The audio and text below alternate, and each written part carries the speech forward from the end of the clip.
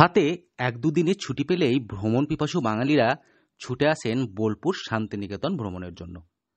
বোলপুর শান্তিনিকেতন বিশ্বকবি রবীন্দ্রনাথ ঠাকুরের প্রাণের শহর। একাধিক ঐতিহাসিক মুহূর্ত কবিগুরু কাটিয়েছেন এই বোলপুর শান্তিনিকেতনে এসে। রয়েছে বিশ্বভারতী বিশ্ববিদ্যালয়, এর পাশাপাশি রয়েছে রবীন্দ্রনাথ ঠাকুরের স্মৃতি বিজড়িত একাধিক দর্শনীয় জায়গা। আর সেই জন্য কারণে অথবা অকারণে মন চাইলেই পর্যটকেরা কিছুটা সময় কাটানোর জন্য ছুটে আসেন লাল মাটির শহর বোলপুর শান্তিনিকেতনে। তবে আপনি কি জানেন এই বোলপুর শান্তিনিকেতনের আগের নাম কি ছিল, আর কেনই বা আগের নাম পরিবর্তন করা হয়? ব্রিটিশ আমলের আগে এবং প্রথম দিকে এই অঞ্চলটি স্থানীয়ভাবে ভুবনডাঙ্গা নামে পরিচিত ছিল। এই বোলপুর শান্তিনিকেতন, এই নামের অর্থ হল ভুবনের ডাঙ্গা বা উঁচু জমি, যেখানে বন্যার জল ওঠে না। অজয় নদের কাছাকাছি হলেও এই অংশটি তুলনামূলক উঁচু ছিল, তাই এই নাম রাখা হয় ভুবনডাঙ্গা।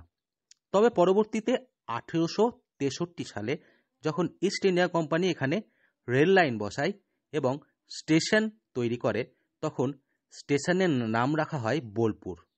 তখনও বোলপুর স্টেশনের পাশে বর্তমানে যে শান্তিনিকেতন লেখা হয় সেই নাম কিন্তু লেখা হতো না। তবে এলাকার স্থানীয় বাসিন্দারা অনেক দিন পর্যন্ত পুরো এলাকাকেই ভুবনডাঙ্গা বলতেন। এমনকি রবীন্দ্রনাথের সময়েও 1901 সালে শান্তিনিকেতন প্রতিষ্ঠার আগে অনেক চিঠি এবং সরকারি কাগজপত্রে এই জায়গার নাম উল্লেখ ছিল ভুবনডাঙ্গা নামে। পরবর্তীতে রেল স্টেশনের নাম বোলপুর রাখা হয়। এই বোলপুর নামটি ধীরে ধীরে পুরো শহর এবং আশেপাশের এলাকার বাসিন্দাদের কাছে পরিচয় হয়ে ওঠে, আর ভুবনডাঙ্গা নামটি প্রায় দিনের পর দিন হারিয়ে যায়। তবে বর্তমানে এখনও বোলপুর শান্তিনিকেতন যে রয়েছে, সেই বোলপুর শান্তিনিকেতনের সোনাঝুরির হাট থেকে কিছু দূরে গেলেই আপনি ভুবনডাঙ্গা বলে একটি গ্রাম দেখতে পাবেন। যেই গ্রামে মুখ্যমন্ত্রী মমতা বন্দ্যোপাধ্যায় এসে সেই গ্রামের নাম রেখেছিল আদর্শ গ্রাম।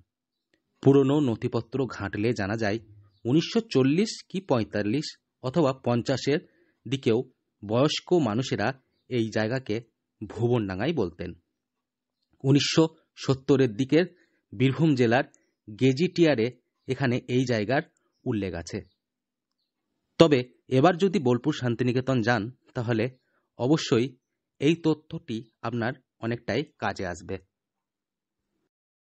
বীরভূম থেকে Souvik diary report, local 18 Bangla.